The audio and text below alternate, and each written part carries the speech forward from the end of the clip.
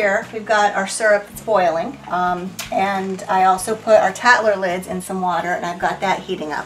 You need to put your lids into water to get the rubber part pliable for a proper seal. So I've got that going. So I'm going to start taking my jars out of the oven here, and we're going to start filling them.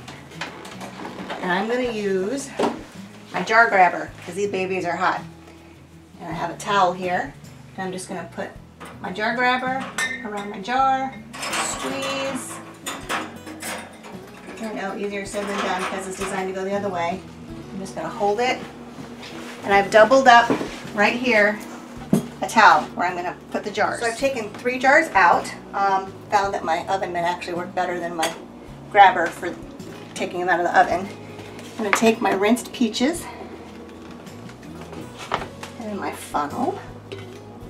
Now the problem is I'm using a regular mouth funnel for a wide mouth jar, but it's what I got, so I'm using it.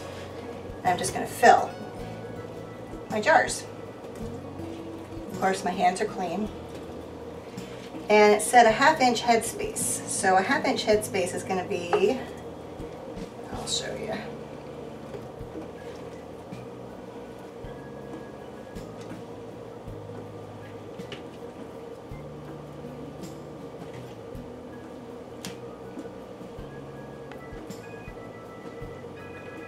So a 1/2 inch headspace is going to be right about halfway up the rim of the jar there.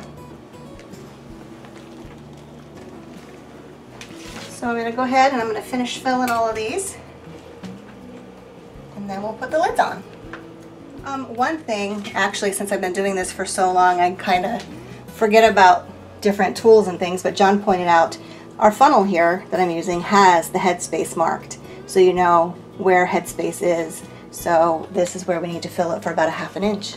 So get the right tools and it really makes a big difference.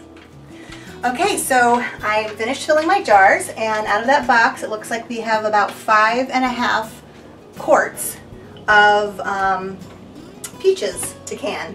The jars do come in 1/2 pints all the way up to 1/2 gallons, and for peaches and certain vegetables I always use the quarts. We did have 2 peaches for lunch, so we probably would have had 6 full quarts had we not eaten those fresh for lunch. But anyway, they were good, they were worth it. So now we have to fill the jars with the liquid and then put the lids on, and we're just about ready for processing. So here's what we do next. I grab my liquid. I'm going to set it on my towel here since it's been on the stove. And I'm going to use my spoon. Some people use a ladle, that's fine, however you like to do it. I'm going to take my liquid, my syrup, and fill the jars.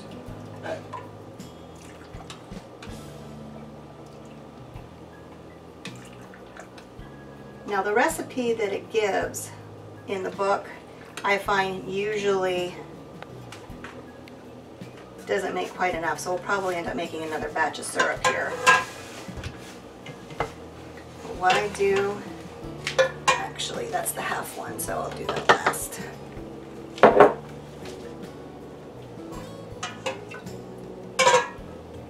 These are hot.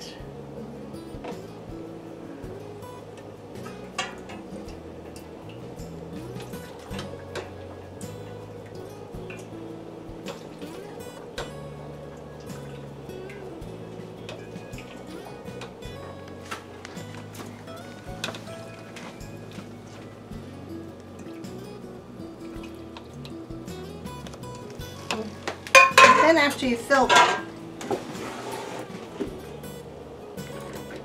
I take a pancake turner,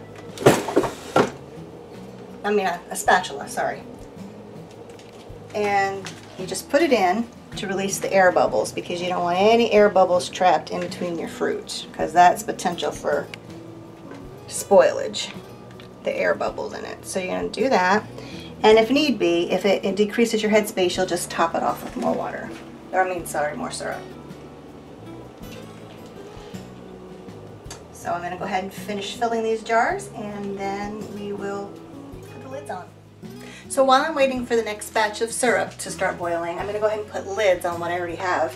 So what we're going to have to do is, because this is a sticky syrup, the lids usually get sticky in this process. And if you have something on the edge of the lid, it's not going to seal. So I just take, some people use cloths, I use a wet paper towel because the paper towel then gets sticky and I can throw it away and get another one. I just take it in my hand, take my finger, go around the top of the jar really well like this, get all the sugary stuff off, and then I'll take the whole thing and go around this way. And I'm going to do that to all of my jars.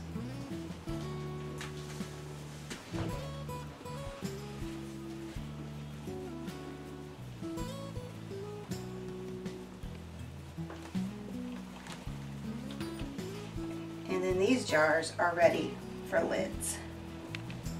Let's get this, and then we'll get the lids on.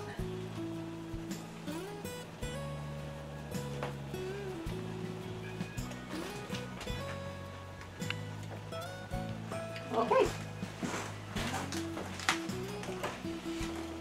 So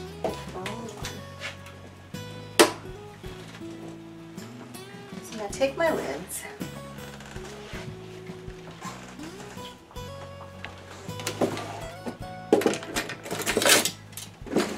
Use my tongs. The lid lifter you can buy, it's a magnet, and it'll work with the metal lids, but not with these. So I'm going to take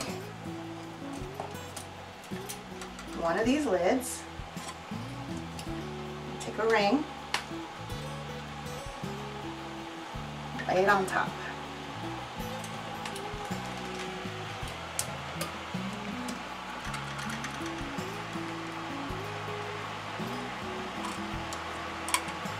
Pretty hot, so be careful. 1 minute.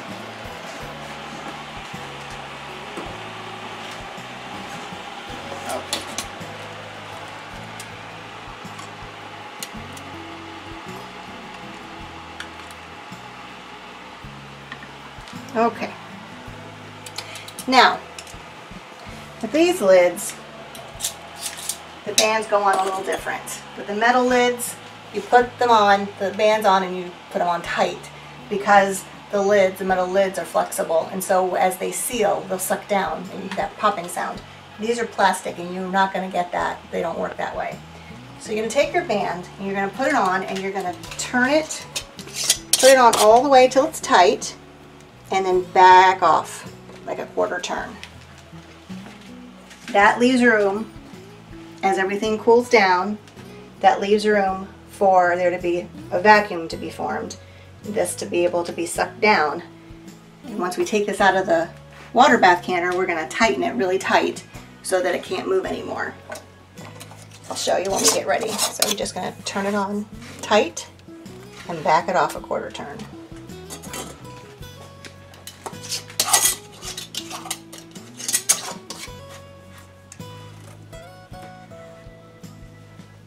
Alright, I'm going to finish these up, and then we're going to head outside to the water bath canner.